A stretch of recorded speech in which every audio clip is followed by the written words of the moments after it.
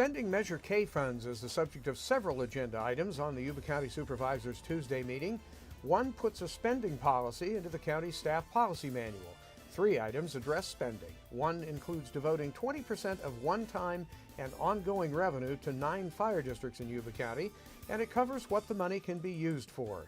Another covers, appropriates, or distributes more than $13.6 million among county departments. Another authorizes hiring 39 people, 26 of them in the Sheriff's Department. A dozen of those are new deputies or deputy trainees. There's money to equip an animal spay-neuter program within Animal Care Services, a vocational education teacher in probation, rapid DNA for sheriff's investigations, new tasers and body cameras for deputies, and 2 deputies to work with code enforcement officers. At the end of the meeting, there's a closed session about purchase price and payment for the former Long's Drug Store across the parking lot from the current Yuba County Government Center at 8th and J in Marysville. Then at 1:30, there's a public hearing.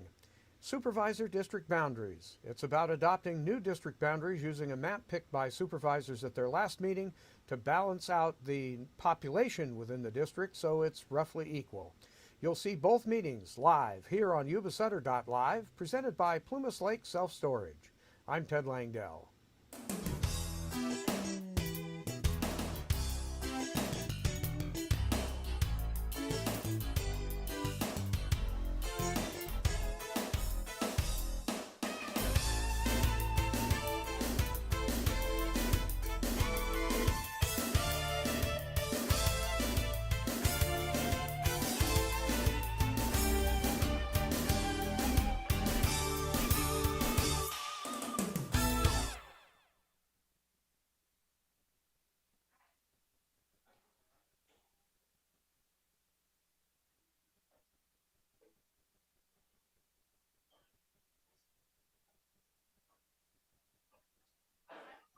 Recording in progress.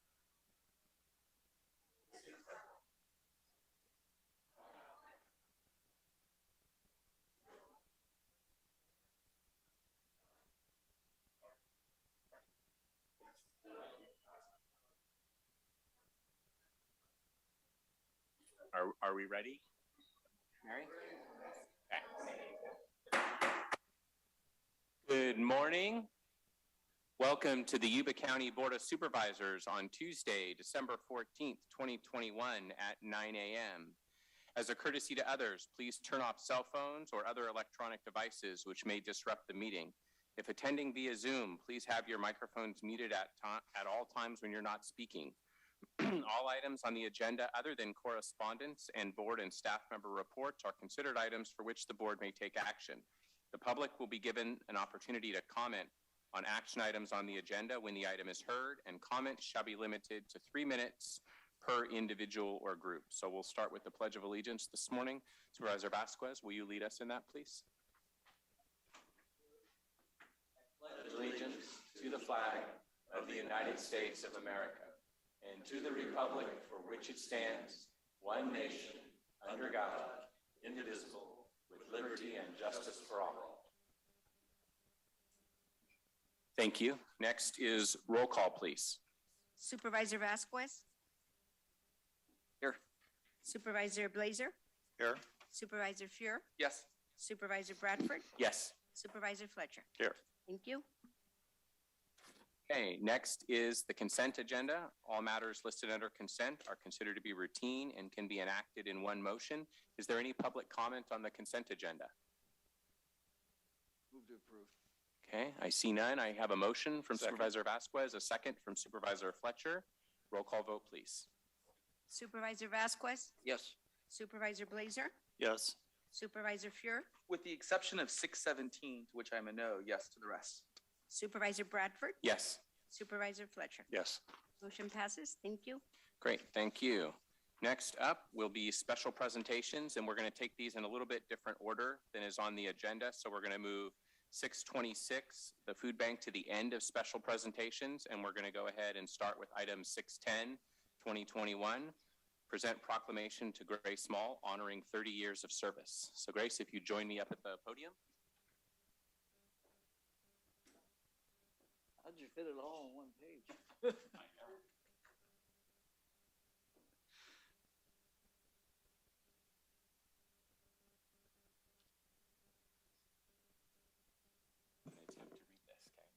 See how it goes. Board of Supervisors proclamation honoring Grace Small. Whereas, when Grace Small came into this world, it is said her first toy must have been a calculator, which she no doubt mastered before even taking her first steps. And whereas her abacus-like mind was first noticed by the local Gemco store, where she began at age 17 as a bagger, but quickly moved up to handle bookkeeping tasks, which had her tallying relatively small numbers, mostly a few dollars at a time. That certainly paled in comparison to figures she would face later in her career.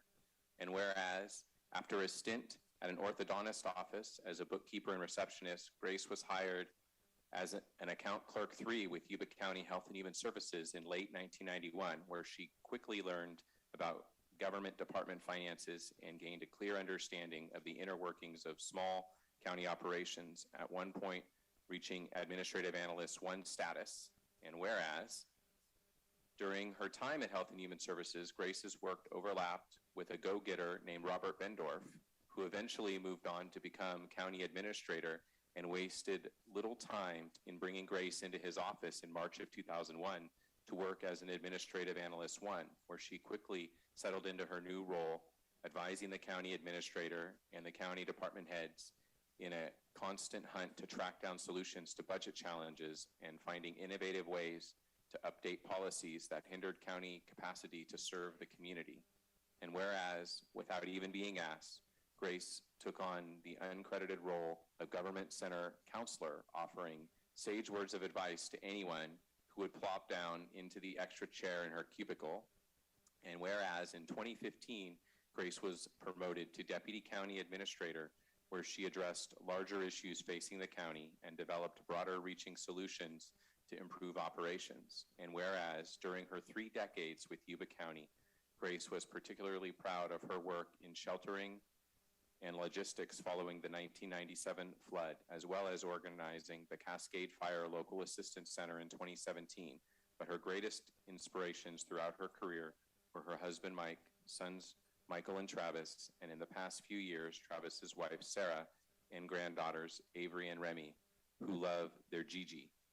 Now therefore, be it proclaimed that the Yuba County Board of Supervisors hereby commends Grace Small for her 30 years of service and her dedicated career with Yuba County, and congratulates her on a well-earned retirement.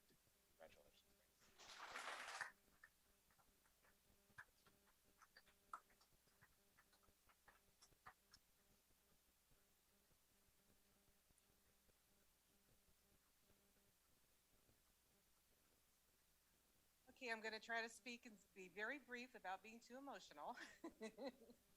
But I want to thank Yuba County for welcoming me into their family 30 years ago, providing me many opportunities for career growth, but most importantly, allowing me to build relationships with county staff, department heads, and elected officials. Some that I will have long-lasting friendships with forever. Thank you so much. Don't go anywhere, Grace. I'd like to have you come over here for a picture with the board, please.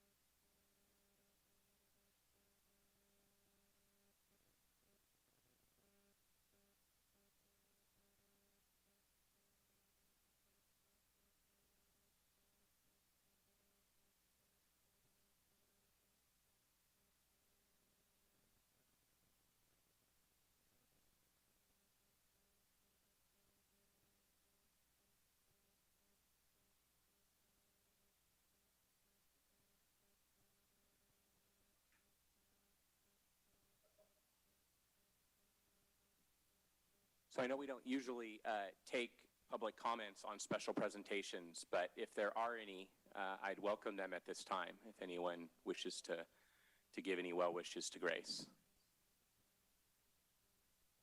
Okay.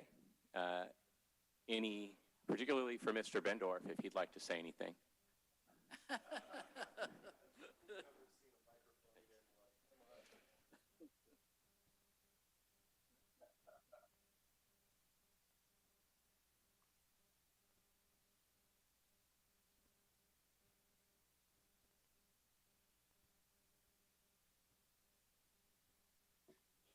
Thank you, Mr. Chairman, members of the board. It's been a little while, but really the walk up here was just for effect, that she would get a little nervous if I was going to say a few things. But I do have to tell you that, you know, it's been great, what, 2.5 decades, Grace? Somewhere that we've worked together. So kept me out of trouble even when I didn't know I needed to be kept out of trouble most of the time. So, but thank you for honoring Grace for all of her years of service. It's fantastic. So just a wonderful person to work with, great family person, and held together really well for the county. So thank you. Thank you. Any comments from the board or the dais? No, I just would like to thank Robert for his wisdom in bringing Grace over to the county administrator's office. Your Grace is an incredible asset to Yuba County, and we're really going to miss her. So thank you, Grace. Grace, I want you to know that there's always room for volunteers. So keep that in mind. We'll find a place for you.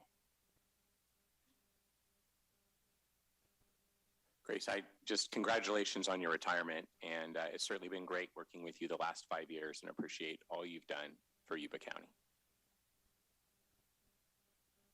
Okay, so now we will move on to item 671, 2021. This is another proclamation.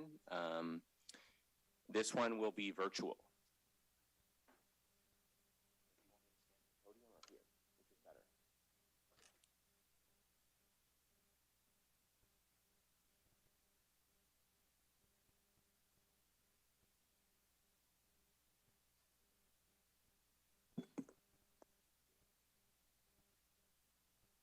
Paul Brunner, good morning. Are you with us this morning?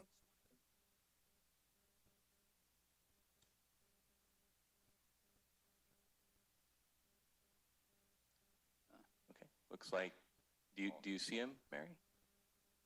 Okay, well, this is a proclamation of the Board of Supervisors honoring Three Rivers Levee Improvement Authority Executive Director Paul Brunner. Paul Brunner has worked for Three Rivers since, I believe, 2005, 4, 5, 6. Okay, I was close. And it's hard to think of anyone that's done more for flood risk reduction in Yuba County than Paul Brunner. So we certainly want to wish him best on his retirement, thank him for his tremendous service to the community, and we will present the proclamation to him physically another time when we can hand it off. So give Paul a round of applause, please.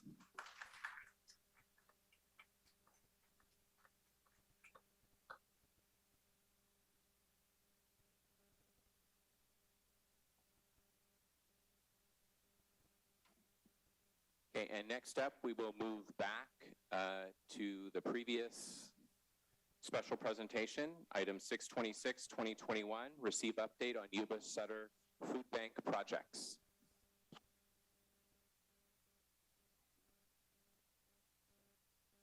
Good morning, Chairman Bradford and Supervisors and Administrator Kevin Mallon.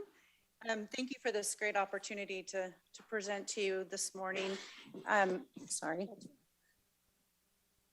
Yuba County has been an incredible partner to the Yuba-Sutter Food Bank, and thank you for the support. Kevin and his team has been wonderful to the food bank and very supportive. I was originally going to present a couple of months back and had this whole PowerPoint and maybe bore you a little bit, but we have since developed a beautiful short film or short video that I would like to share with you. And then if you have any questions after that, I'd be more than happy to answer. Otherwise, thank you.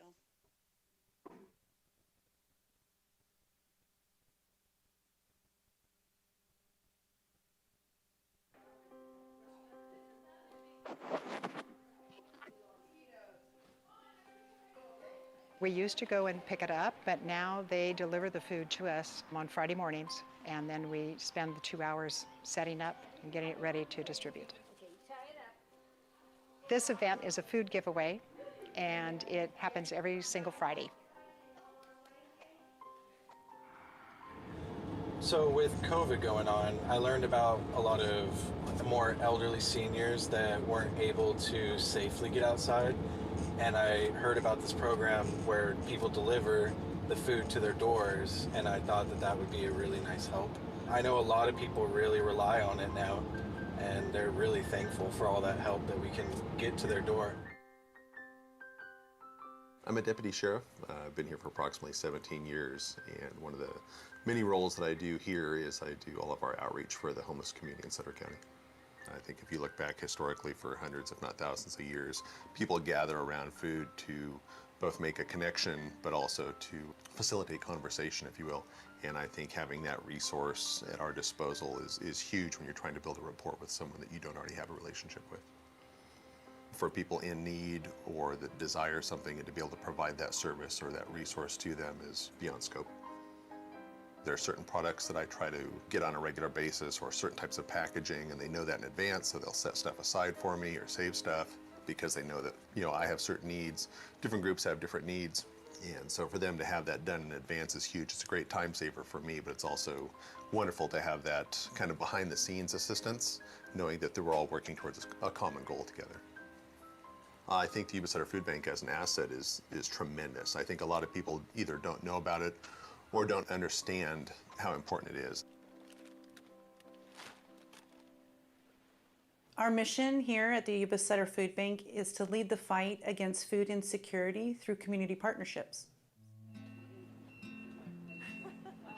We're really a service agency for all of those entities that come to us, get food, and then get it distributed out to the populations that they serve. We also have a number of giveaways in various locations throughout the 2 counties.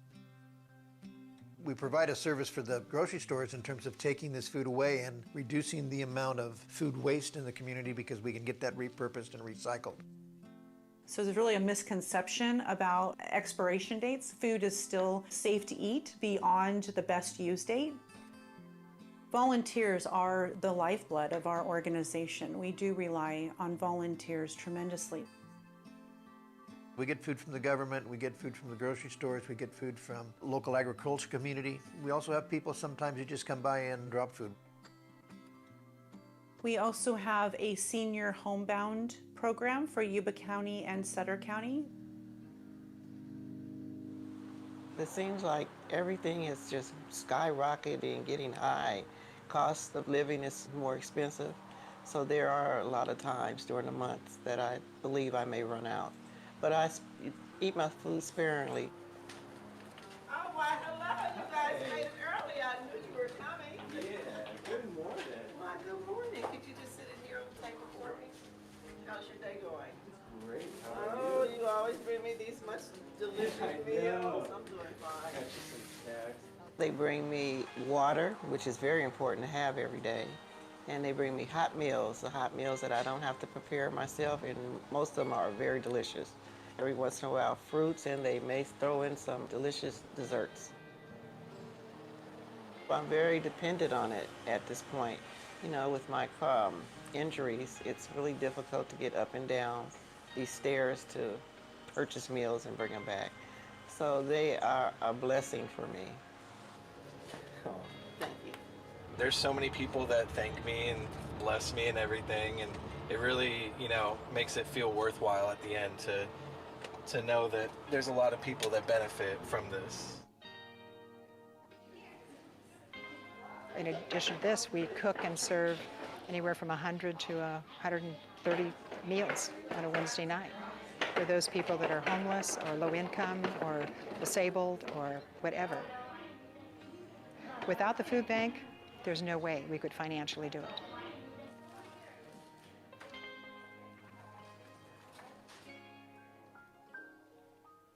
One of the mornings, there was a young man. He came in kind of towards the end. There was no one with him. He was by himself. I'd say, estimate probably maybe 11. And he looked kind of bewildered, and so I just went up to him and said, can I, what can I help you with? And he says, somebody told me that I could get some food here. And I said, are your parents with you? No, my dad had to work. So I said, yes, come on, let's get you signed in and we'll get you walked through. And at every table, this young man, he had some coins in his pocket, some nickels and dimes and things, and he'd look at something and he'd go, how much is that? And I said, well, it's free. You can take that. I don't have to pay for it? No. And we went through around the whole area, and at every table he was like, you're going to give me this food? I don't have to pay for it? I said, no, you don't have to pay for it. So I got to talk to him a little bit, and there was no mother involved. And his dad was trying to work, and no child care or anything, and no school because of COVID. And he went out with bags of food, and he was relatively close by, and he needed some help, so I just loaded up the cart, and we walked it back to where he lived. And his little sister was waiting for him. And the idea that he was like, I got food, I have food for us, was, needless to say, a little emotional. Makes you realize that what you're doing doesn't impact, the elderly people or people on the street, but all the children. Just one more reason why we do this. They're just a phenomenal resource. I can't say enough kind things about not only the facility as a whole, but how they operate and what they do. There's so many people there that receive assistance from them that without them, I can't even imagine the impact it would have on our county. To have a service like the food bank provides means everything to me at this point. I'm very grateful that the food bank in this community is doing such a great job.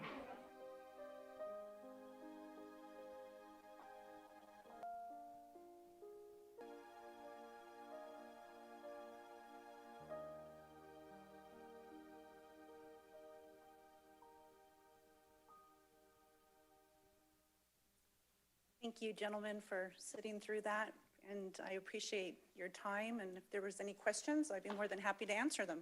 Questions or comments from board members? Well, thank you. Thank you very much.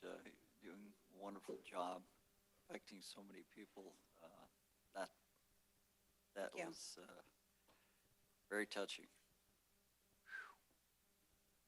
Michelle, that was a great video. I loved it. Try to get that out to the public. Absolutely. And if you need a new accountant, you might want to call Grace. Okay, yes. And see what she could help you with. Absolutely. Thank you, Michelle, for that, Thank you. that presentation and your work and your team's work and all the volunteers, both those that are, kind of work volunteers for the food bank, as well as those in the community that help you out. So Thank you. Just a great mission, and it's so needed. And thank you to each one of you, because we honestly wouldn't be able to do what we do without the support of the county's help. Thank you. We should tell the staff, the Board of Supervisors, thank them very much for their sacrifice and their effort. Absolutely. Thank you. Thank you, gentlemen. Okay. Thank you, Michelle. Okay, next we're going to move on to public communication. Any person may speak about any subject of concern, provided it is within the jurisdiction of the Board of Supervisors and not already on today's agenda. The total amount of time allotted for receiving such public communication shall be limited to a total of 15 minutes, and each individual or group will be limited to no more than 3 minutes.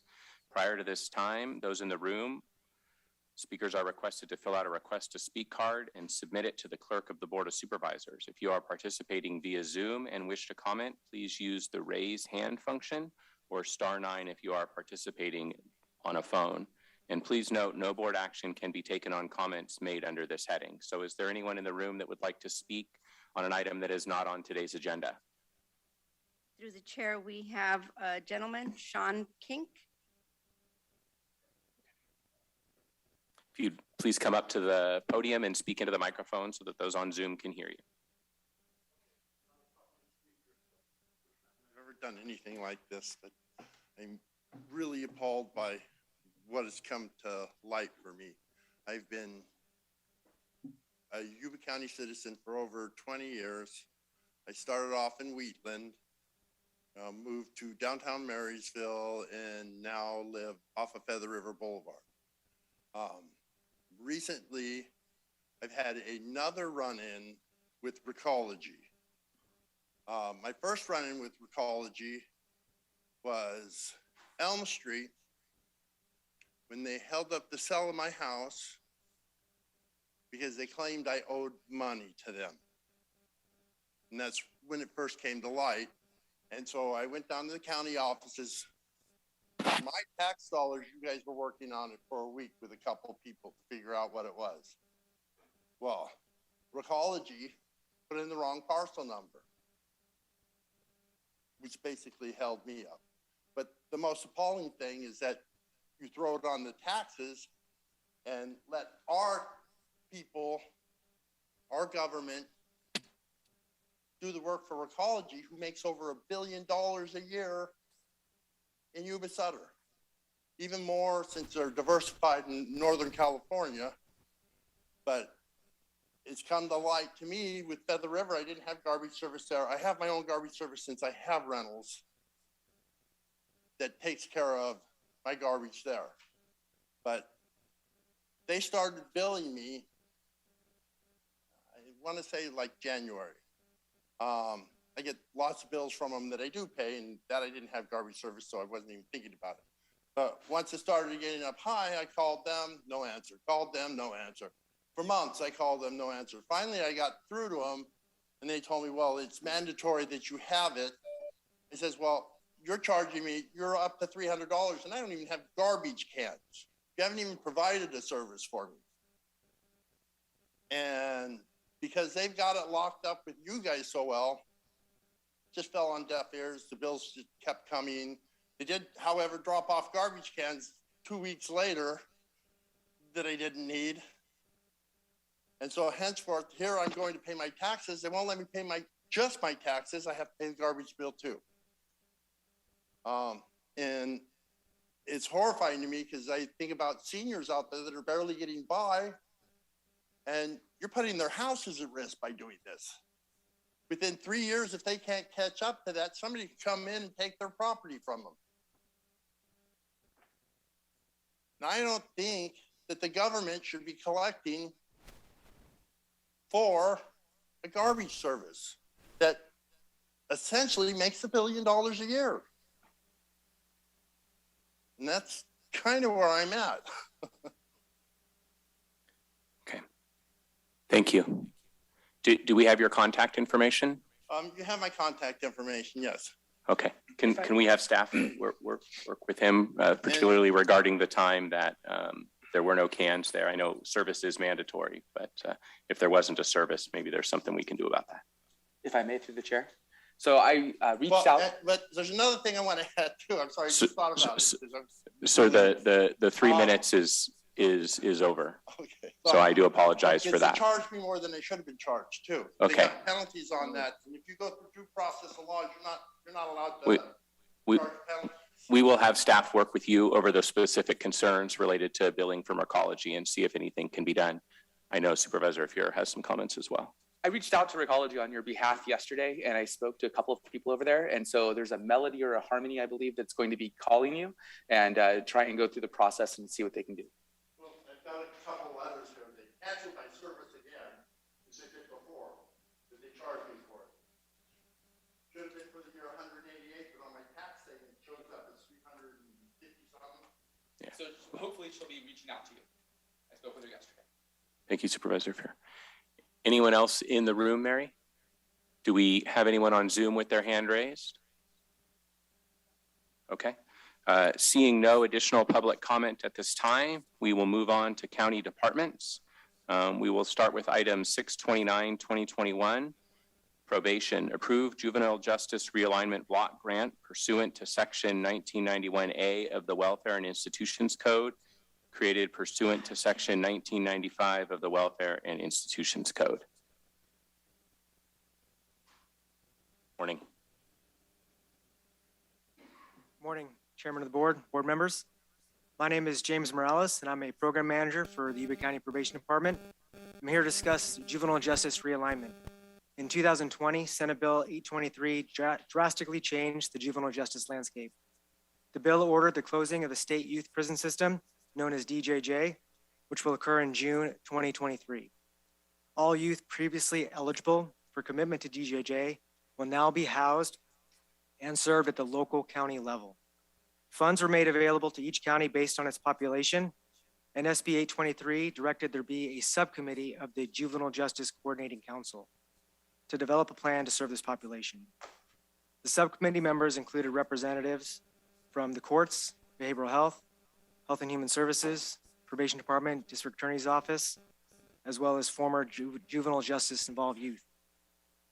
Probation has provided the plan to the board for your consideration.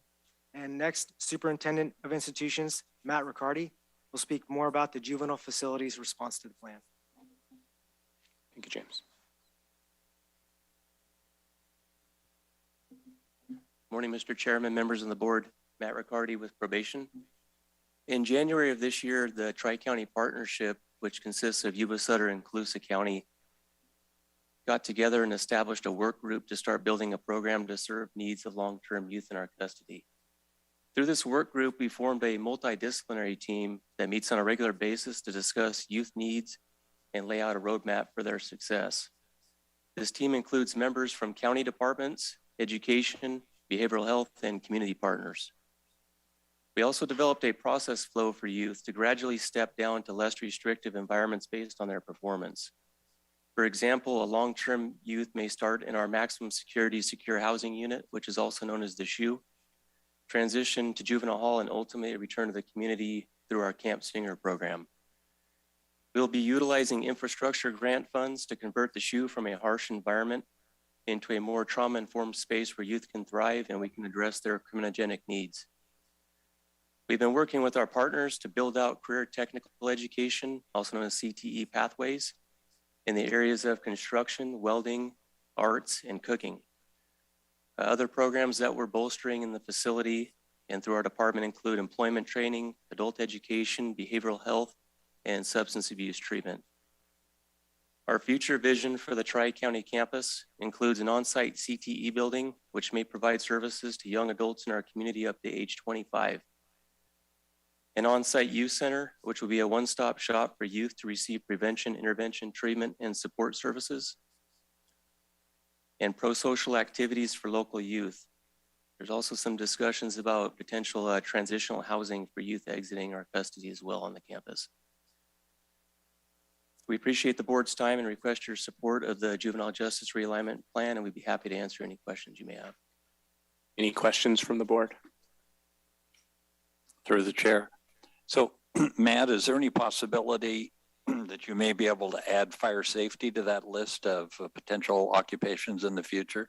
What I see coming our way is a lifetime of forest management, which connects to the fire safety. If you would consider doing that, I'd be very pleased. And I think a lot of the population in the 5th District would also. Absolutely. I think that's a great question. And actually there is some fire camps that are ran through CAL FIRE and some other departments that we've been exploring. And we have a larger group that meets through the chief's organization bi-weekly. And there's a lot of discussions revolving around that as well. So having said that, I'd like to make the motion to approve this grant. Okay. I'll second that. I have a first from Supervisor Fletcher, a second from Supervisor Vasquez. Is there any public comment on this item? Okay, I don't see any in the room or on Zoom. Roll call vote, please. Supervisor Vasquez, Yes. Supervisor Blazer, Yes. Supervisor Fuhr, Yes. Supervisor Bradford, Yes. Supervisor Fletcher. Yes. Motion passes. Thank you. Thank you. Great, thank you. Next up is item 624, 2021, County Administrator. Approve proposed budget transfer in amount of $4,395,193 related to Measure K. Approve proposed personnel requests related to Measure K funding. Approve proposed supplemental capital asset requests related to Measure K funding. Adopt resolution to approve amending department policy allocation schedule as it relates to Measure K funding. Authorize district attorney hiring authority for extra help business system analyst candidate at a 1.3 index rate, and authorize appropriation of Measure K revenue for current fiscal year, as well as Measure K revenue collected from April 1st, 2029 through June 30th, 2021 for one-time expenses in the amount of $9,264,299. Morning, CAO Mallon. Yes, good morning, Chair, members of the board. Well, with that lengthy reading of the subject, I think that concludes my presentation. No, I'm sorry about that. I'll make it shorter in the future, so you don't need to read that much. But this is a very important topic, and so we wanted to make sure there was as much detail as possible for the board as you consider this kind of momentous time in the county's history. This is a first for the county. It just kind of backing up a little bit. In 2018, the voters of Yuba County entrusted essentially the County Board of Supervisors to make decisions on how best to utilize additional taxes that citizens of Yuba County will be paying from 2018 through 2028. 1 cent or 1% of all sales tax in the unincorporated area, and how to improve services to the residents and businesses in Yuba County with that additional tax proceeds. And the tax proceeds are significant. I mean, this will make this is as outlined in the staff report. Just looking at the dollar amounts and the number of staff. Like, for example, what's being proposed to the board today is an additional 33 staff focused, on public safety and essential services in the county, as well as funding 6 positions that we had to leave vacant previously due to not having enough funds available to us. Let me kind of break this, I guess, down because there's a lot of pieces here, and that's why it was so lengthy reading the subject line. But we have before you the specifics related to what was talked about in generalities with the board back in October. As the board may recall, we did a PowerPoint presentation and kind of outlined in general and I think I used general a lot in my presentation before, but I wanted to emphasize the point because it's why we prevailed in court, this general tax. And so we emphasized back in October that there is a lot of discretion on the board's part, but we also talked about the fact that the board, prior to the voters approving the measure in 2018, talked through how best to kind of utilize those funds if they were approved by the voters. And there was a discussion about using a portion of the funds that would be set aside for enhancing fire services, and there would be and that's a separate item on the board's agenda today. But that was a discussion back in October of what's an appropriate percentage of the revenue that would be used for fire services, and then also what's kind of an appropriate use of those funds to enhance public safety and essential services for county departments.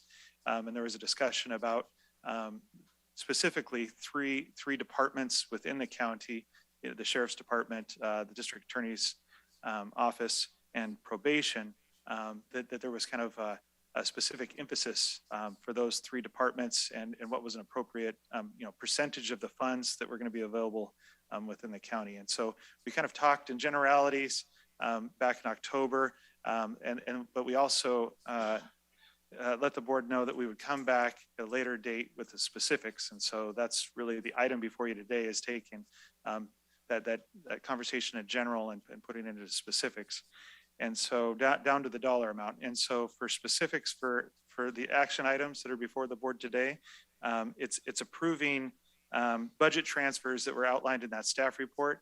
I'm not going to go into detail on each one, but it's budget transfers that would enable those 3 specific departments, as well as the Public Works Department, which was talked about in general terms back in October, enhancing vegetation management, as well as enhancements for code enforcement on partnership with the Sheriff's Department, as well as doing enhanced abatements throughout the county. So the specifics in those areas, in the total of a little over $4 million, and it would that $4 million would be appropriated in this fiscal year to add staff. The 33 positions added, as well as funding the additional 6 that were vacant, as well as some capital purchases in the fiscal year to support that additional staffing and those additional services. So so there's 6 items of recommendation. So I'd like to talk about the first 4, 1, 2, 3, and 4 is kind of one group, and then we can kind of talk about the other 2 items 5 and 6. So we have the item 1 that I just outlined. You know, there's $4,395,193 that's being proposed to kind of augment budgets as outlined in a staff report. There's the additional staffing that's attached in the staff report as well of 33 additional positions. There is the supplemental capital asset request that was attached to the staff report that, again, those are to purchase items to support the enhanced services in those departments and make sure we have adequate, like, for example, vehicles for the sheriff's deputies we're going to add. So that's attached in the staff report. And then the number 4 is just the resolution that's needed in order to add those staff to those departments' position allocations. And so that's items 1, 2, 3, and 4. And maybe I'll pause there before we go on to items 5 and 6 and see if the board has any questions on the current fiscal year budget adjustments and position adjustments. Questions on that? Can that be done in one motion? So I understand from staff that items 1 through 4 can be done in one motion, and then 5 and 6 will each be separate motions. So there'll be 3 altogether we can do those at the end of everything, or should we do it as we go through it? Either way, I guess I would recommend doing it at the end only because otherwise, if you take the first 4 as a group, make your motion, second your motion, then you'll take public comment on the first 4. And when you go to do number 5, you'll have comment on number 5. And then when you go to do number 6, you'll have comment on number 6. If you do the motions at the end, then there's just one round of public comment. Okay, thank you. So we'll hold off on the motion till we've gotten through all of it, but we will take questions from the board on any of the first 4 items. Okay, it looks like there's none, so. Yes, there is. Oh, there. Through the chair. So I just want to make sure Grace is going to be working on this before she goes. Is that correct? Grace was instrumental in getting us to this point, and I believe she's left us in good shape on making sure that knowledge is transferred on to myself and staff in the county administrator's office to continue on. Very good. And if you'd like to ask her to come back, just kind of check out your work, I'd be just fine with me. Thank you. All right. Appreciate that. We'll keep her 10 key little calculator set to the side. Yep. So the item 5 is a pretty brief item. That's just essentially having the board provide authority to the district attorney to hire at an advanced step that extra help business systems analysts candidate that they have in mind that would come in and help with the enhanced services that they're referring to. And item 6, that's kind of a collection of as outlined there of one-time expenses both in the past fiscal years that were as we discussed back in October. The county, the voters approved it in 2018, but the county wasn't able to expend the funds until now. And so the county, in the meantime, had to use other funding sources to kind of cover itself on expenses we would have otherwise used Measure K funds for. And so what's outlined in the staff report is a recommendation on kind of reimbursing accounts that we had to pull from when the Measure K funds weren't available in past fiscal years. And then also when the board approved the budget for this fiscal year, we still didn't have certainty on Measure K. And so there was about $800,000 in expenses in the current fiscal year of one-time expenses that we'd recommend shifting from those other funding sources to Measure K funding sources. And then so you have those past expenses, the current expenses, and then the other recommendation, and it was brought up back in October, is there's a current loan obligation that the Sheriff's Department is paying annually on the Sheriff's Administration building that was recently constructed. And so as a cost savings measure, if that's paid off now, we have an avoidance of the interest on that loan. And so over time, that makes financial sense to pay it off early. And so there's a recommendation that we pay that off early with the one-time Measure K funds from the past fiscal years. And maybe for item 6, I'd be happy to answer any questions that the board has on that. Well, I just want to say that what the measure was designed to do was to enhance public safety. And I have to thank staff for being able to accomplish that before the courts finished deciding whether it was general tax or not. And I'd like to thank the board for actually doing what they said they were going to do with this and followed through with it, you know, rather than find some other pet project for it. So unlike most politicians, we actually did what we said we were going to do. So I just thank the staff for providing us a creative way to do it, because without your creativity, it would have never been done. We'd still be looking in court. But thank you. Just a quick clarification on the sheriff's facility and paying off that loan from the water agency. It clearly saves the interest money, as you brought up, but if I understand correctly, it also frees up currently the payments for that loan come out of the sheriff's budget on an annual basis. And so by prepaying that with one-time funds, we also free up that money for the sheriff to use for something else on an annual basis. Is that a correct understanding? That's a correct understanding. Okay. It frees up over $300,000 a year to the Sheriff's Department for operations that instead of having to make that loan payment. Okay, great. Thank you. Additional questions from the board on any of these items? Okay. Through the chair. Yes. I'm cutting you off today. Sorry. You do. It's just get that. And a bit of clarity that I want to make sure gets out to the public and particularly everyone here in the audience, that what this was in my mind all about goes back about 4 years ago, 4 to 5, that a combination of the Sheriff's Department, the DA's office, probation, the board could see a problem headed our way. And I think the responsibility of the board is really looking at what's coming in our direction, that we had to plan. And it was this planning and the support of the public and those entities, the sheriff, the DA, probation, fire departments, essential items within the county that really led us to this point. I could not be more proud that all of this came together. And it's planning. You see it coming, you plan for it, and then you create the environment that it happens to protect our citizens. This is phenomenal, and very pleased it all came together. So, but just a comment. Okay, and with that, we will go to public comment on item 624. So that includes all kind of the sub components of the recommendation in the staff report, which are sub items 1 through 6. I guess I'll call them. So if you have any comment on item 624 on the agenda whatsoever, now would be the appropriate time to make that. So is there anyone in the room that wishes to comment on this agenda item?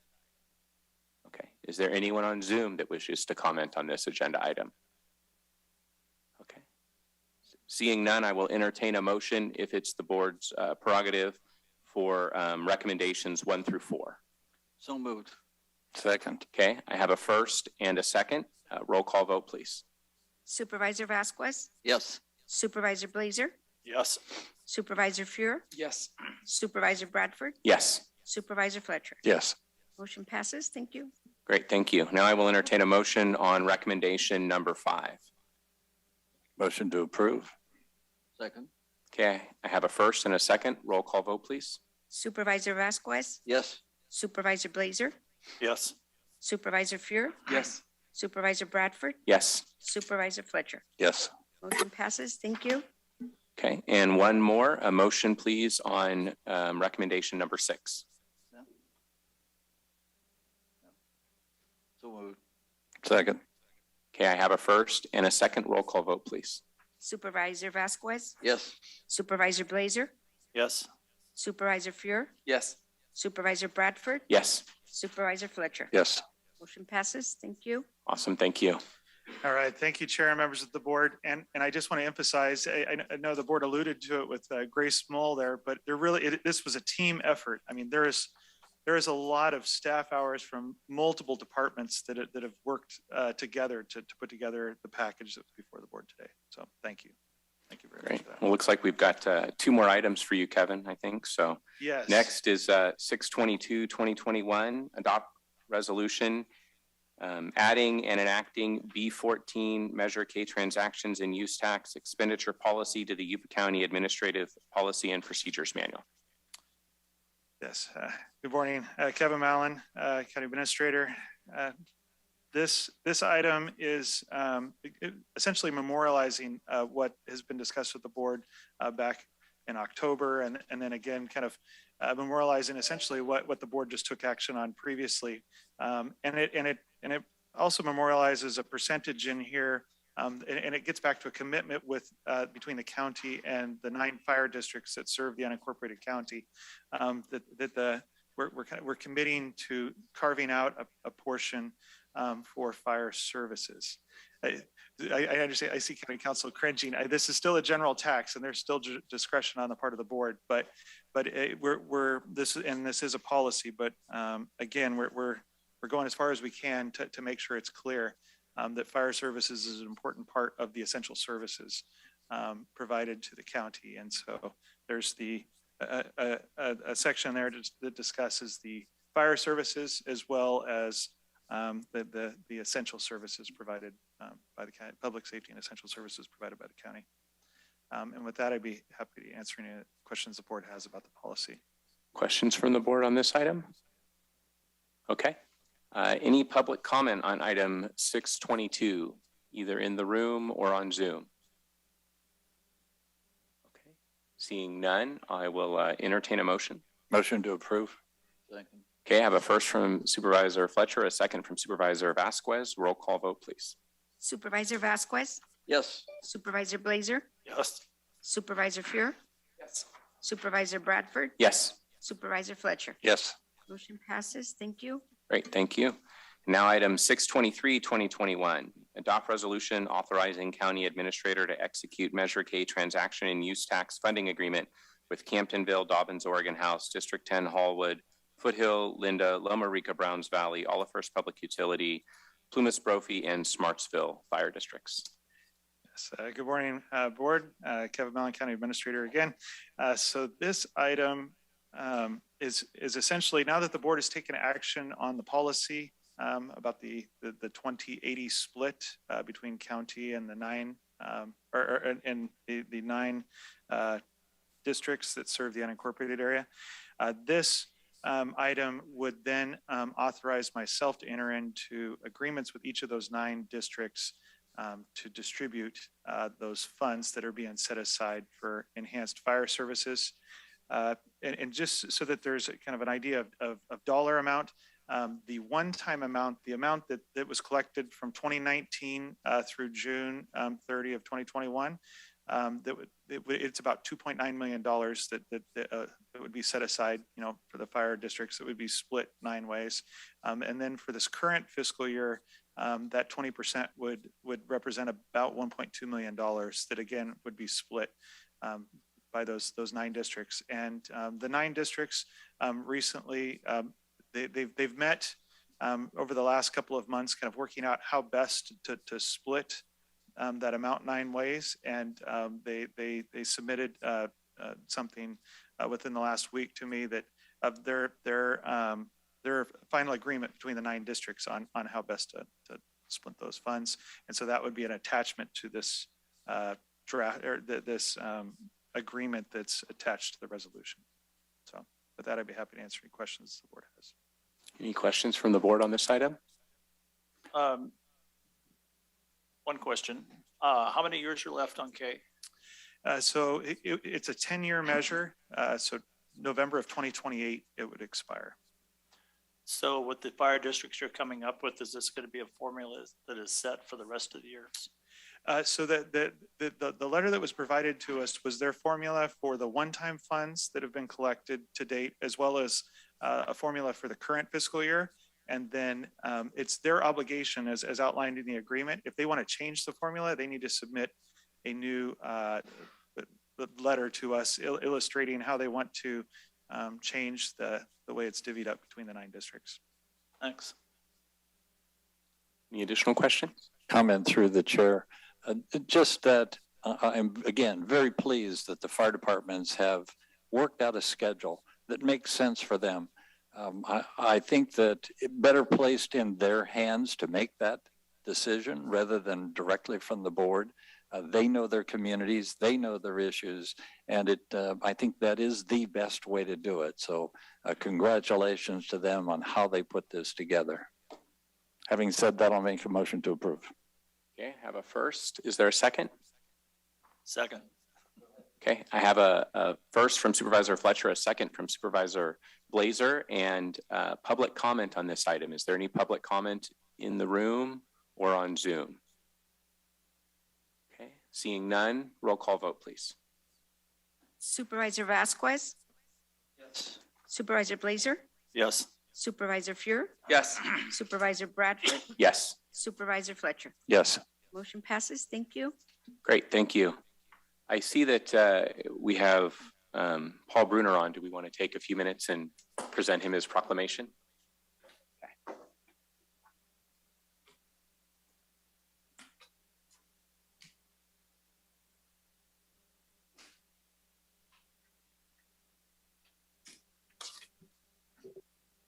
Good morning, Paul. Oops. Good morning. Come off mute. So I have a proclamation here that I'm going to attempt to read to you. County of Yuba Board of Supervisors proclamation honoring Three Rivers Levee Improvement Authority Executive Director Paul Bruner. Whereas South Yuba County suffered some of California's most devastating floods, most significantly in 1986 and 1997, resulting in loss of life and hundreds of millions in damages. And whereas absent available federal and state funding for levee repairs, in May 2004, Yuba County and Reclamation District 784 formed Three Rivers Levee Improvement Authority, TRILA, a joint powers agency to finance and construct levee improvements in South Yuba County. And whereas in May 2006, Paul Bruner was named TRILA's executive director, assuming leadership of efforts to provide 100-year flood protection to properties protected by the Reclamation District 784 levees. And whereas Mr. Bruner's efforts began with the management of the more than 80 million of levee improvements, including the construction of 6 miles of Bear River Setback Levee, the largest of its kind west of the Mississippi. And whereas Mr. Bruner expanded TRILA's levee repair program into a 4-phased, $500 million effort over the course of the next 15 years, the program garnered $310 million in state funding. And whereas TRILA completed the Goldfields 200-year levee, the final project in TRILA's efforts to provide 200-year flood protection to South Yuba County. And whereas Mr. Bruner led efforts to secure FEMA accreditation for the improved levees twice during his tenure, avoiding regulatory impacts associated with building restrictions and keeping flood insurance at affordable levels. And whereas Mr. Bruner led efforts to secure adequate funding for the operations and maintenance of the improved levee system, better ensuring the significant investment and efforts in levee improvements will be protected into the future. Now, therefore, be it resolved that the Yuba County Board of Supervisors commends Paul Bruner for his direct and historic impact on the lives and livelihoods of those living and working in South Yuba County and wishes him a happy retirement. Congratulations, Paul, on your retirement, and thank you for all of your efforts for flood protection in Yuba County. Well, thank you. It's been a long trip. Longer than I originally anticipated. And I remind everyone, thank you very much for the proclamation, but it was a team effort with a lot of really great folks that helped me along the way as we did all those great things that you read as the whereas on it. So I am appreciative and thank you very much for the proclamation. Great, thank you, Paul. And I don't know, has the video that was put together for the Trilla proclamation and celebration been posted to the Trilla website yet? Do you know? I don't think it has yet, but it could. We will end up going through and doing that and posting it. Okay, so I would encourage people, there's a video on the Trilla.org website where you can learn about all the great projects that Trilla has accomplished under Paul's leadership and his team that's helped with that. So any additional comments on this item?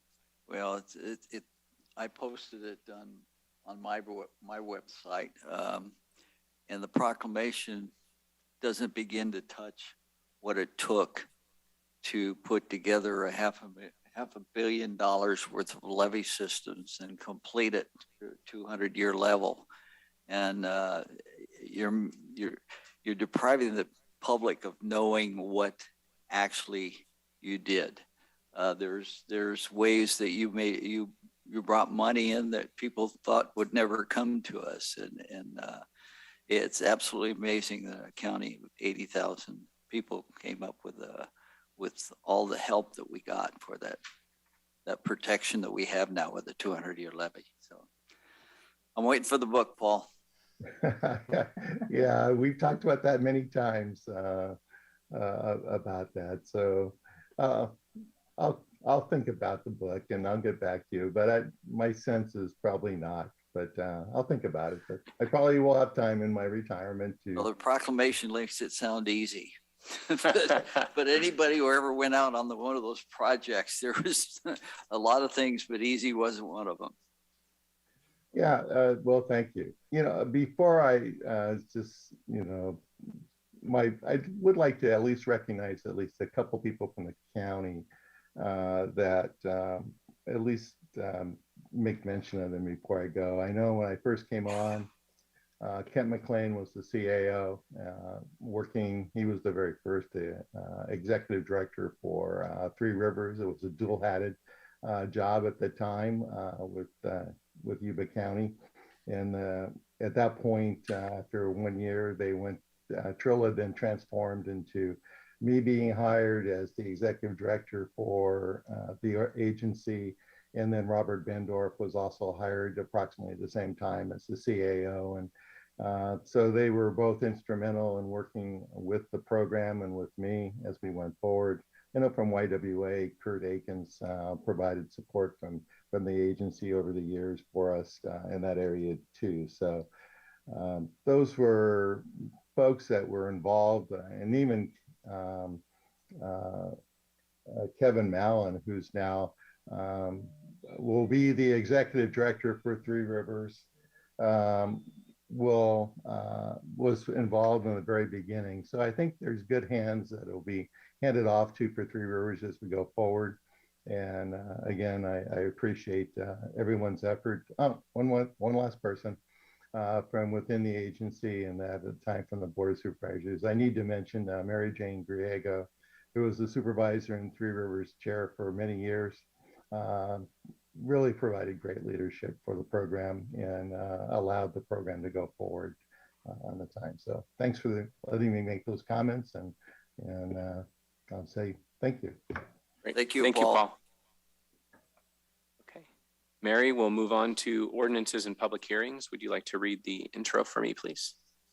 Yes, if you challenge in court the action or decision of the Yuba County Board of Supervisors regarding a zoning, planning, land use, or environmental protection matter made at any hearing described in this notice, you may be limited to raising only those issues you or someone else raised at such hearing or in written correspondence delivered to the Yuba County Board of Supervisors at or prior to such hearing. Public comments will be limited to 3 minutes per individual or group. Great, thank you. We're going to start off with item 598, 2021. Ordinance, hold public hearing, waive second reading, and adopt ordinance repealing Chapter 2.05 of Title II of the Yuba County Ordinance Code relating to the county's adoption of supervisorial district boundaries based on United States Census information. I'll open the public hearing. All right. Good morning, Chair, members of the board. Kevin Mallon, County Administrator. I'll keep this brief. This is the second reading. As a refresher. The board, we're asking the board to take action to repeal this ordinance, which describes your current supervisorial district boundaries by kind of a meets and bounds description. It's a form that frankly nobody other than Mike Lee in the audience, who's our county surveyor, could actually interpret. Later today at 1:30, the board is going to receive a presentation, and we're going to request that you adopt it by resolution, your new supervisorial district boundaries. That'll be graphic so that everybody can understand the boundaries. That's essentially it in a nutshell. And if you have any questions. Any questions or comments from the board? Okay. Any public comment on this item? Okay. Seeing none, I'll bring it back to the board. I'll close the public hearing and I'll bring it back to the board for a motion. Motion to approve. Second. Okay, I have a first from Supervisor Fletcher, a second from Supervisor Blazer. Roll call vote, please. Supervisor Vasquez, Yes. Supervisor Blazer, Yes. Supervisor Fuhr, Yes. Supervisor Bradford, Yes. Supervisor Fletcher. Yes. Motion passes. Thank you. Great. Next up is item 658, 2021, Community Development and Services, public hearing. Hold public hearing and adopt amended and restated resolution to confirm participation in the statewide community infrastructure program. I'll open the public hearing. Good morning, Mike Lee. Good morning, Mr. Chair and fellow board members. I'm Mike Lee with the Community Development Department. So Yuba County is one of over 500 cities and counties in the state that participate in the statewide community infrastructure program, or SCIP. Essentially, it's been a mechanism for developers to finance certain impact fees, which will ultimately go on assessments for the property owners to reimburse them. To date, it was only the transportation component of the development impact fee was eligible through this program due to the way it was set up. So since that time, the program has expanded to include capital mechanisms to finance the capital infrastructure, the roads and so on, as well as other components of the countywide impact fee, beyond the transportation component. And so this updated resolution will allow the developers in Yuba County to utilize the SCIP program for those expanded options to finance the infrastructure and the other components of the development impact fees. Hopefully I made that clear enough. Happy to answer any questions if you have them. Questions from the board on this item? Okay. Through the chair. Just a quick sort of a question. Coming from the old school, and I'm thinking, how fast can I pay off a debt? I want it paid, and I want it paid quickly, and I don't want to pay the interest. Built into this, Mike, is their full disclosure to the recipients, really what has happened, what the costs are. Have you seen any documents that show that full disclosure to the buyers as they move forward? Well, I mean, personally, I haven't seen them, but yes, they are required to divulge that to the property owners. It will be on the title report. I will say, just from experience, I know that a lot of people don't read their title report and understand to the level of detail what it is that they're signing up for, unfortunately. But that's just the nature of people, I think. It is. Sometimes if you highlight it, bold it, enlarge it, maybe it will help a little bit. And overall, it certainly has a value and merit. There's no doubt. But there is a downside to every positive, and that's kind of the downside. And I think you've drawn that out in here. It's just that disclosure to the public so they really understand. If we have any impact or input as to how to disclose that, I would encourage that it come in big, bold, and black that says, here's what's going on. But if you choose, then you are well informed and you make that decision. Just a comment. And staff will remain involved to the level of making sure that the fee burden is not too high, as well as the duration of the reimbursement is not too long. I know in some jurisdictions I've seen typically, 20 to 30-year time frame for the reimbursements. I've seen some jurisdictions, I think, 60 years, which is just ridiculous. So we'll make sure that we stay within those reasonable timeframes. Great, thank you. Any public comment on this item? Okay, I don't see any in the room or on Zoom. So with that, I'll take a motion. So moved. Second. I don't know, that was pretty close. I think I'm going to give it to We'll Supervisor. hand that I'm gonna off give it to to- Supervisor Blazer. Yes, we have a first from Supervisor Vasquez, a second from Supervisor Blazer. Roll call vote, please. Supervisor Vasquez, Yes. Supervisor Blazer, Yes. Supervisor Fuhr, Yes. Supervisor Bradford, Yes, Supervisor Fletcher. Yes. Motion passes. Thank you. thank you, and also close the public hearing. Okay, next we're going to move on to, we're actually going to skip over 590 briefly and come back to it. So we're going to move on to item 643, 2021. Clerk, Recorder, Registrar of Voters, Ordinance, hold public hearing, waive second reading, and adopt ordinance adding Chapter 2.66, Electronic Filing of Campaign Finance Disclosure to Title II Administration of the Yuba County Ordinance Code. I'll open the public hearing.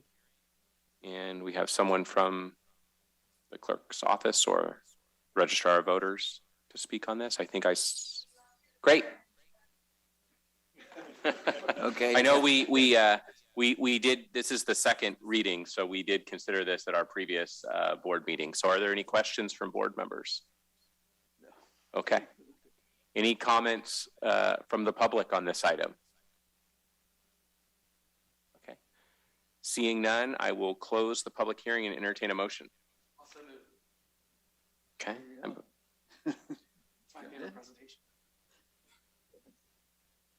Second. Okay. Have a first from Supervisor Fuhr and a second from Supervisor Fletcher. Roll call vote, please. Supervisor Vasquez, Yes. Supervisor Blazer, Yes. Supervisor Fuhr, Yes. Supervisor Bradford. Yes. Supervisor Fletcher. Yes. Motion passes. Thank you. Great. Thank you. If I could Yes. bring attention to the chair and members of the board before Terry exits. Terry. Terry? Terry. Terry. Terry. That was Terry's last item before the board in her official capacity as clerk recorder. Your last So, item? Would you like to yes, say a few and I know words? she was avoiding coming to the microphone, but I just wanted to make sure the board was aware of what just took place there. All How right. many years, Terry?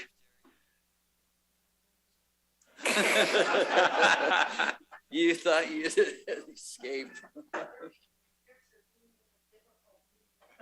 Well, this shouldn't be a problem. I really didn't want to do this, but thank you very much for the opportunity to work for the citizens of Yuba County, the staff of Yuba County. I don't want to do this. It's been a blessing. Thank you. Thank you, Terry. We appreciate Terry. your service.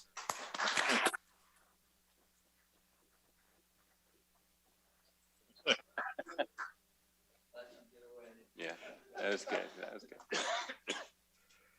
Okay, next we're going to move on to item 590, 2021, Community Development and Services, hold public hearing and adopt ordinance approving change of zone 2021-0002 and adopt resolution, mitigated negative declaration and mitigation monitoring and reporting program, approving tentative subdivision track map 2021-004 Goldfield Ranch in the East Linda community, subject to the attached conditions of approval.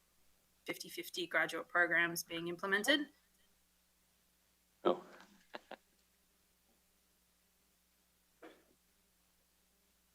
Here we are. Good morning. My name is Kara Fisher. I'm the project manager for the Goldfield Ranch project. Good morning. I'll also open the public hearing. The applicants are JMC, and they're requesting a subdivision tract map on 122.07 acres to create 499 residential lots, a 2.63 acre commercial lot, and a 4.2 acre park. They're also requesting a change of zone. 19.9 acres of the existing medium density residential zone will be changed to single family residential. And then 16.87 acres of the existing neighborhood mixed use zone will be changed into single family residential. A total of 119.44 acres will be zoned single family residential, and 2.63 acres will remain the neighborhood mixed use zone. The project is located at south of the North Beale Road and north of Linda Avenue along both sides of Goldfields Parkway in the East Linda community. Surrounding uses include apartments and vacant neighborhood mixed use land to the north, and there are single family residential uses to the east and the south, and Yuba College is to the west. Here is a vicinity map of the project area. To the west, you can see the Yuba College, and then to the south are existing single family residential that JMC is also currently building out. And to the north is some apartments. Here's an aerial of the project site. It's currently vacant and relatively flat.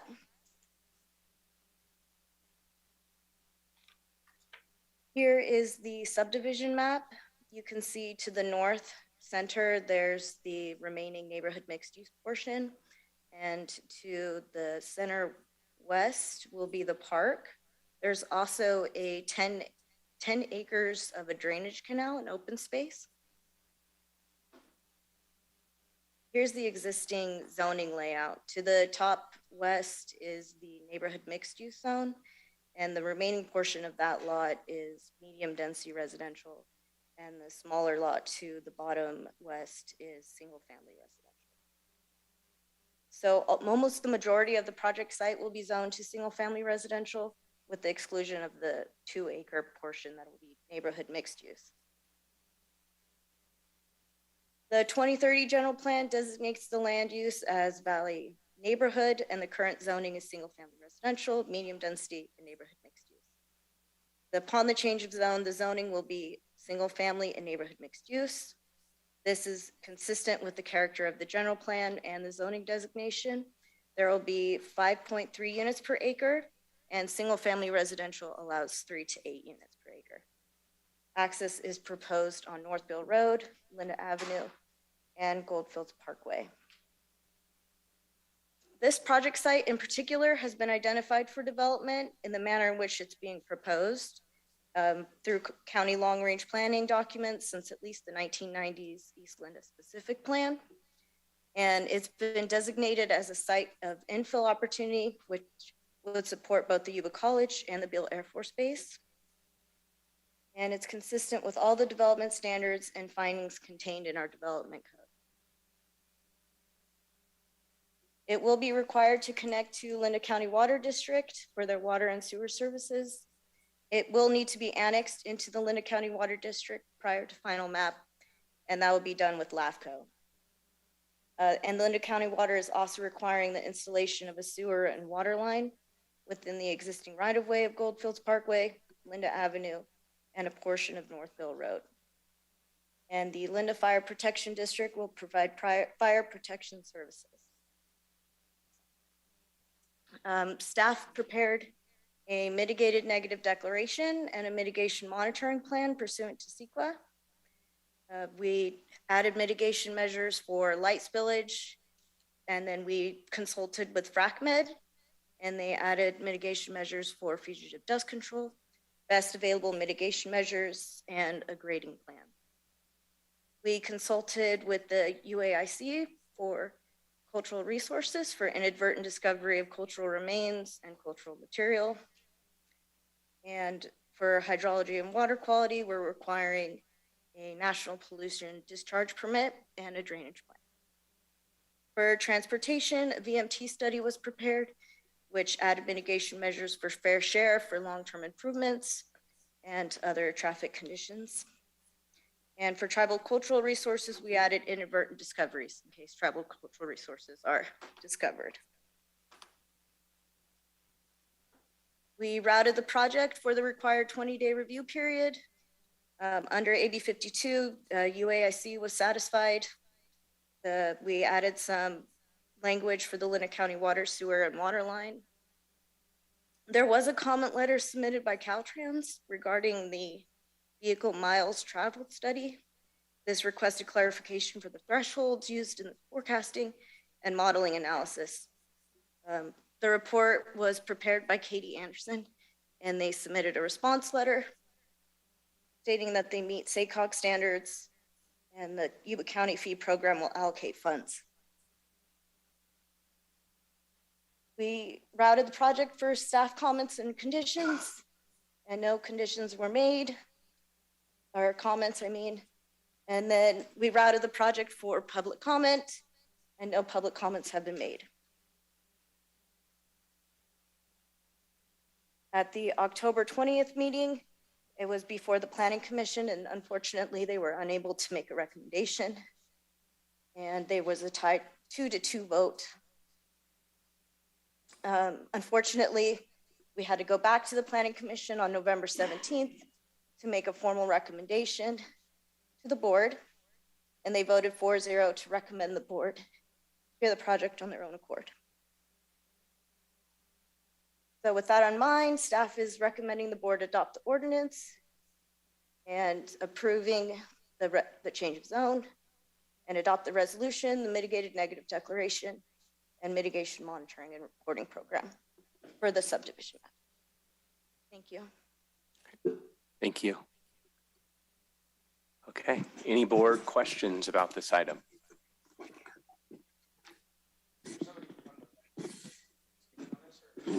Through the chair, I'm Kevin Perkins with the Yuba County Planning Department. One thing I do want to make clear is the applicant's LGI homes and not JMC homes. LGI and JMC build close to each other in the Linda area, and so that was a mistake on our end. So I'm here to answer any questions that your board may have, and there are representatives from the applicant in the audience that might be able to answer any questions you may have of them as well. Through the chair, as a supervisor for that area, I really appreciate their effort in pursuing this project. I've talked to them before on this, and it's pretty much was stagnated by a prior person who bought, or group that bought this and had a fund, but after checking, they weren't able to go forward with this. So I'm glad that LGI is coming out and doing this, and I think it'll help immensely our county, providing 490 some homes in a state that needs 500,000 homes. You know, I'll make the motion when it comes time. But thank you very much for pursuing this, LGI. Appreciate it. Hi, Kevin. Just some clarification type questions. LGI, did they also develop Edgewater? So LGI, I think, has been building in the county since 2017 and 18. They started building in the North Arboga area, south of the Yuba County Airport, and recently they have started to build in the Linda area. So they're right now building, they finished up what was it was called the 6-pack development. It was this kind of a small home development that they did a fantastic job and finished off. I think we had like 3 or 4 other developers try to build this project over the course of 15 years, and LGI bought the lots and finished the project in 6 to 8 months. And they also are building in the Orchard subdivision in the East Linda area, and they've recently purchased another subdivision, the South Orchard subdivision, where they're seeking to build, I think in 2022 on the South Orchard subdivision. And recently they also got approval from the Planning Commission for a subdivision off of Hamilton-Smartsville Road, D'Antoni Ranch Estates, which is, I forget the number, I think it's 140 unit subdivision. So LGI is pretty committed to being in Yuba County and in the Linda region. So I've always been impressed and complimentary of the Edgewater development. It seemed to build out nicely. It has sort of meandering streets, very good landscaping.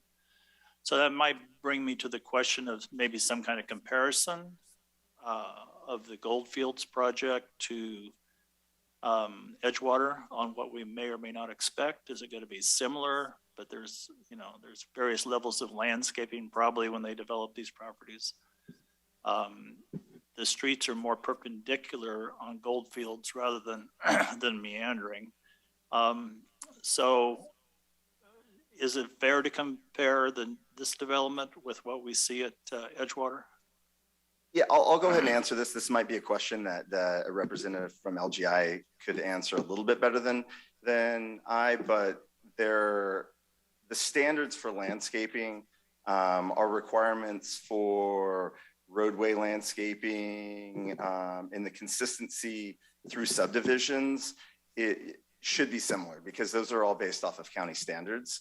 The goal anytime that we do these types of subdivisions is to ensure that consistency from one subdivision to the next is made, which is why we have certain standards that are same for all builders, for landscaping, roadway widths, the type of sidewalks that are in the subdivision, requiring masonry walls along roadways, et cetera, et cetera. So I guess the answer that I would provide you is that, yes, this should be really similar to what you see right now in the Edgewater subdivision. Yeah, I know they meet all the minimum standards, but developers always have the opportunity to enhance them.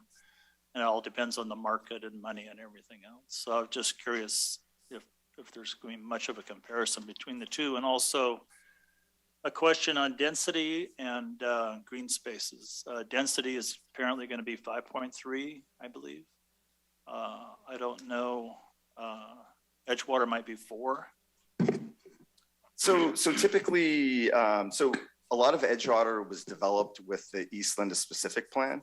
And at that point, there were varying densities within the East Linda specific plan.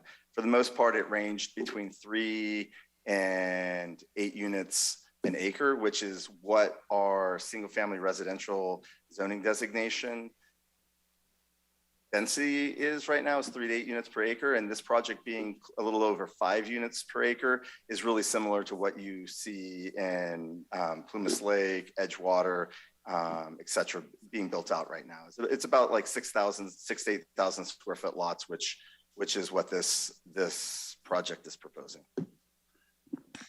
Okay. Yeah, the county and Linda, I think, deserves something that is, I'm sure this will be a fine project, but I just don't want us to down build anything, so it's good to see the right amenities, green space. A minor question on the park. I think there's one park of about 5 acres, 4 or 5 acres, something like that. So anybody on the, I guess more on the north side of the expressway doesn't have easy access to the park, I don't think. They got to get across the expressway to get to the park. Are you referring to the properties north of North Beale Road? The property, well, the park is more on the south side of the expressway. But there's no park or anything, I don't think, on the north side. Oh no, excuse me. I was not sure if you're referring to the properties north of North Beale Road, but I see what you're talking about, the area south of North Beale Road and right in between the parkway. Yeah, on the development. Yeah. So it's just a suggestion if there was a way to have easier access for the community and the kids and whatever to get to a park, whether you have more than one park or something on both sides of the expressway, that would be nice. Okay.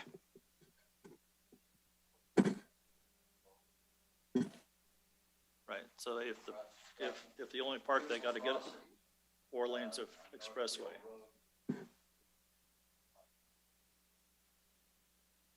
So there might be a stoplight on the parkway. So as far as I know. So through the chair, the parkway, I don't believe there's going to be a stoplight on the parkway. As part of submitting improvement plans to the Public Works Department that are required before a subdivision can be built, I'm certain the Public Works Department will work with the applicant on ensuring that there's proper crosswalks and access going from that northern site to be able to cross Goldfields Parkway and get to the park. The lights, if you've seen them on North Beale, crossing the center, and they're flashing for crossing, pedestrian crossing, and I'd like to see that involved, but that's something that leave up to Public Works. So they've met the minimum requirement for parks. Yes, they do. And one of the other things that was briefly mentioned that, I will talk about is they are dedicating to the county open space in the form of a ditch that will run along the east and a portion of the south of the property. And one of the things that we can explore is a trail system similar to what we're doing right now in Plumas Lake, where the Public Works Department is working on coming up with a collaborative trail system using some of the drainage ditches from RD 784 and acquiring some properties. There's an overall plan on making that area available for public access. And this is something similar that we would be able to do on this project, as there are a number of trails in the Eastland area that are in existing drainage area, open space areas.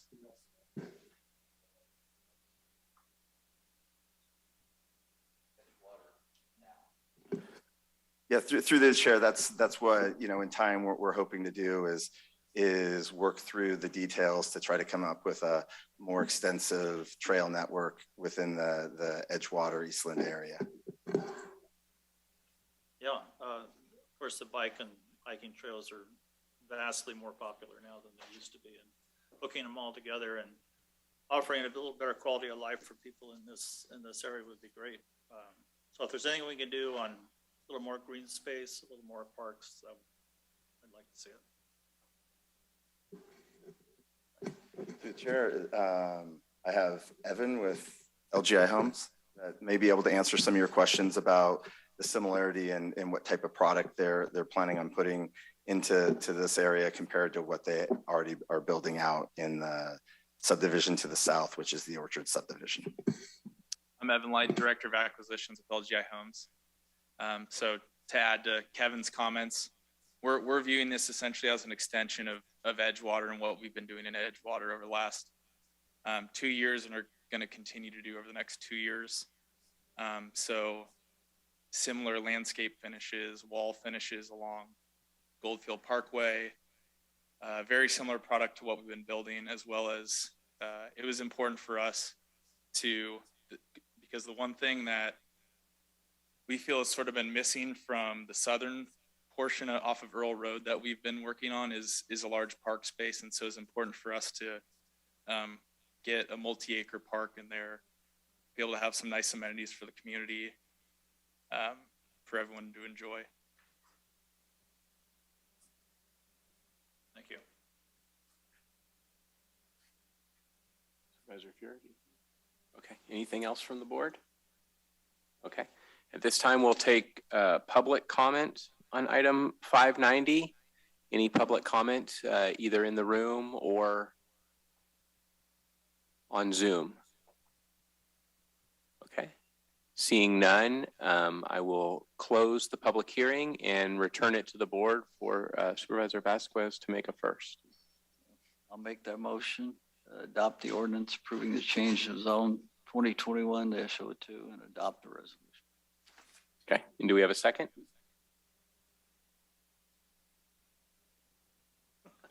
My turn. All right, second. Okay, I have a first from Supervisor Vasquez, a second from Supervisor Blazer. Roll call vote, please. Supervisor Vasquez? Yes. Supervisor Blazer? Yes.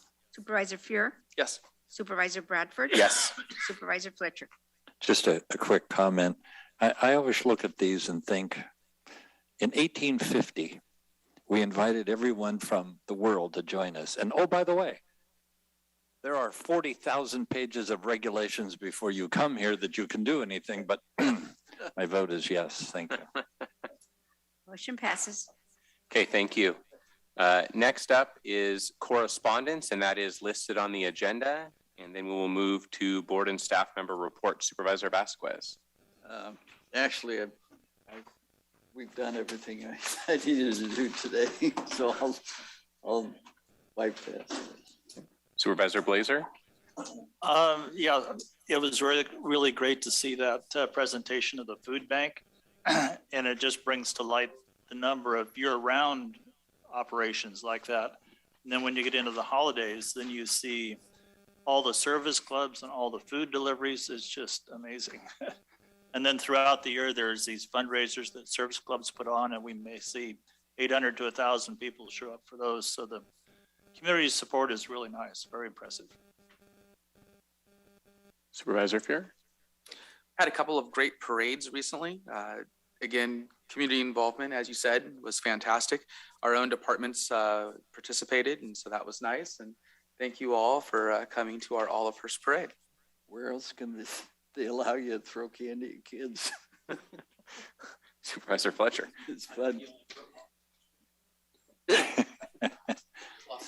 Couple of just quick comments for those that are here, still here. I want you to look at this manual that represents a tremendous amount of work from staff, from the CAO's office down to the bottom line of everyone that works on behalf of this county. I don't even know the depth of the amount of hours and labor and work that goes into this. But you can't help but commend our employees, staff, that they put their heart and soul into this thing to the betterment of Yuba County. So I can only speak on my behalf, but I'm telling you, I appreciate it. I believe that the board appreciates it.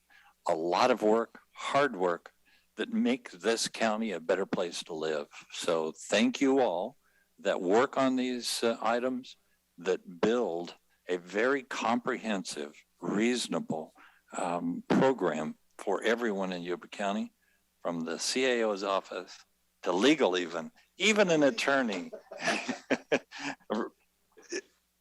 needs lots of support to get all this done. So thank you. Council, anything?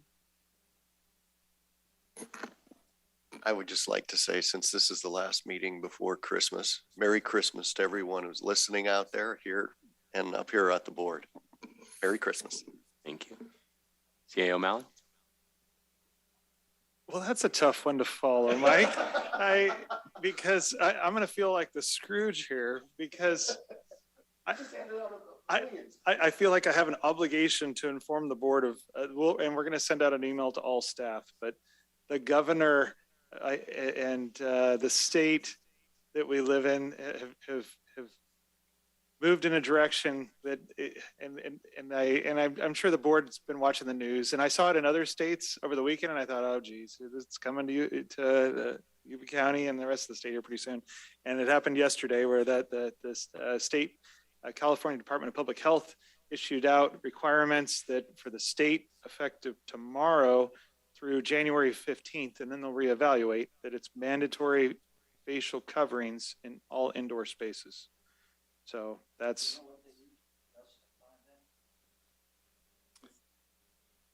no, I'm not going to get into that. They threw out some sciencey kind of stuff in their press release, but that's what's been dictated to the county, and we'll be passing it along to staff and let the public know that this is what the state is asking us to do between December 15th and January 15th to bend the curve, reduce the impact, et cetera. Yeah. I know. And so again, tough act to follow. Mike tells you Merry Christmas and I deliver that news, but I felt like I needed to make sure the board was aware of that coming. Yes, but I really, echoing Supervisor Fletcher's comments, I really appreciate all of the hard work that our county staff put into basically every day, and it reflects on things like this, where you have 700 pages of stuff for the board to consider, but it's all stuff that's necessary in order for our county government to continue moving forward and provide services. So thank you. Yeah.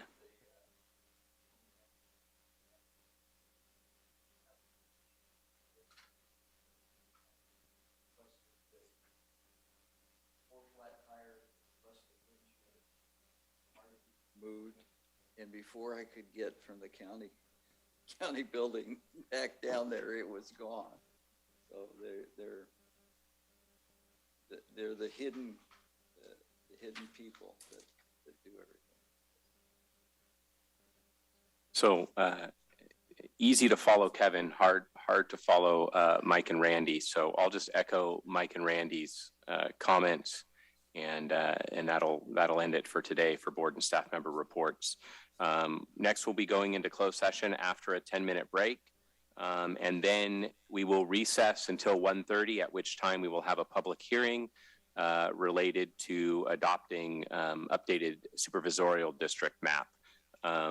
And so we will do our report out from closed session at that time at 1:30. So we're on, take a 10-minute break, and then we'll be in closed session, and then we'll be on recess. Thank you, everyone.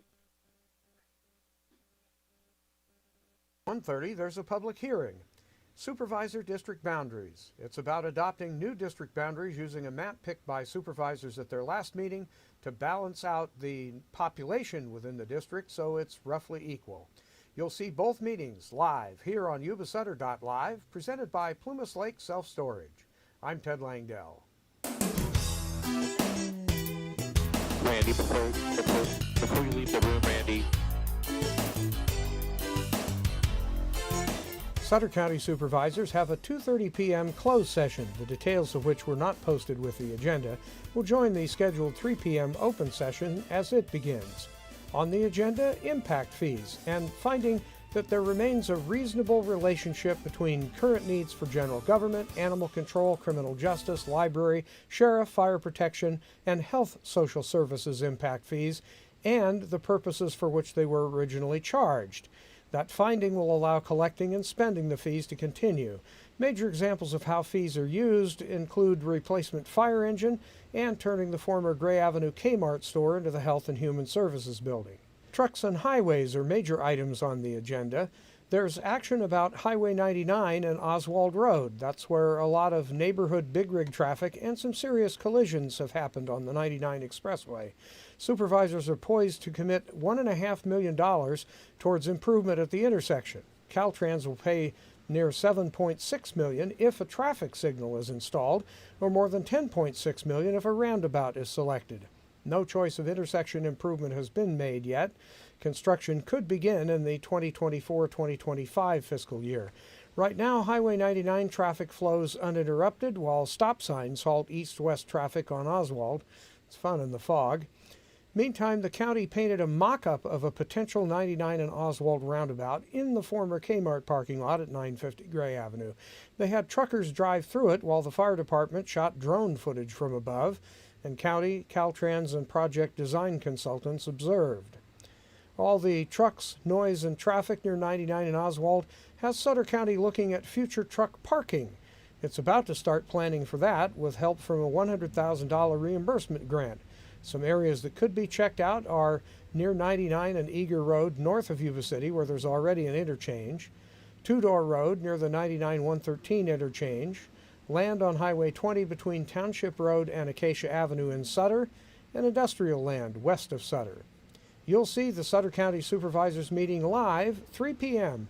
Tuesday here on Yuba-Sutter.live, presented by Plumas Lake Self-Storage. Yuba-Sutter.live's local government live streams are presented by Plumas Lake Self-Storage in Plumas Lake, where lifelong local residents are helping other residents keep things safe, providing indoor storage units, outdoor RV and vehicle parking, moving supplies, and Penske truck rentals. Details at PlumasLakeSelfStorage.com.